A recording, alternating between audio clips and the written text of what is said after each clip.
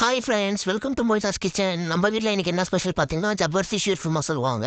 So நான் first என்ன பண்ணுறேன்னா, பால் சூடு பண்ணிக்கிறேன். சூடு பண்ணி ஜவ்வரிசியும் அப்புறம் அந்த ரெடிமேட் வந்து பாயாசம் மிக்ஸ் இருக்கும் இல்லையா, அது ஏலக்காய் போட்டு நான் நல்லா பாலை வந்து கொதிக்க விட்டுக்கிறேன். ஃப்ரெண்ட்ஸ் பாருங்கள், இந்த பேக்கெட் தான் நான் போட்டேன். இந்த ஒரே ஒரு சின்ன பேக்கெட் மட்டும் தான் அதில் போட்டிருக்கேன். ஏன்னா ஷீர்குர்மாக்குன்னு சொல்லிட்டு ஒரு தனியாக சேவியான்னு சொல்லிட்டு ஒன்று இருக்கும்.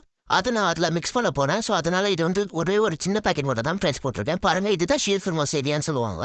ஸோ இதை வந்து ஒரு பிளேட்டில் தனியாக எடுத்து வச்சுக்கணும் ஃப்ரெண்ட்ஸ். உங்களுக்கு எவ்வளோ வேணுமோ அந்த கன்சிஸ்டன்சி எடுத்து வச்சுக்கலாம் நீங்கள். இப்போ நான் ஒரு பேனில் வந்து நெய் ஊற்றிக்கிட்டேன்.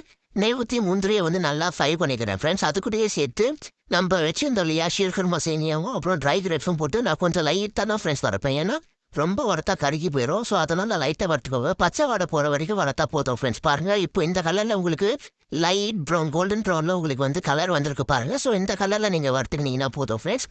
இப்போ நான் அந்த வறுத்தது எல்லாமே இந்த பால் கொதிச்சுட்டு இருந்தது இல்லையா, ஸோ இதில் வந்து நான் போட்டுட்டேன் ஃப்ரெண்ட்ஸ். போட்டுட்டு நீங்கள் ஒரு 10 to 15 மினிட்ஸ் நீங்கள் வந்து நல்லா கொதிக்க விடணும். அதுக்கு முன்னாடி நான் ஒரு இம்பார்ட்டண்டான ஒரு ஸ்டெப்பு உங்களுக்கு சொல்ல மறந்துட்டேன். ஸோ அது என்னென்னா, சுகர் உங்களுக்கு எவ்வளோ சுகர் தேவைப்படுதோ அவ்வளோ சுகர் வந்து நீங்கள் வந்து அதில் கலந்து சேர்த்துக்கலாம். ஸோ எங்கள் வீட்டில் அவ்வளோ சுகர் யாருமே சாப்பிட மாட்டாங்க. ஸோ அதனால் எனக்கு எவ்வளோ பிடிக்குமோ அதுக்கு ஏற்ற மாதிரி நான் கலந்துக்கிட்டேன் ஃப்ரெண்ட்ஸ். பாருங்கள், இது ரெடி ஆயிடுச்சு. இப்போ இதுக்கு செகண்ட் ஸ்டெப் ஒன்று இருக்குது. ஸோ அந்த செகண்ட் ஸ்டெப் என்னன்னா, நீங்கள் வந்து இது தனியாக எடுத்து வச்சுட்டு பாலை நல்லா சுண்டுட்டு அந்த பாலை கொதிக்கிற பாலை வந்து இதில் போட்டுடணும் ஃப்ரெண்ட்ஸ். அவ்வளோதான்.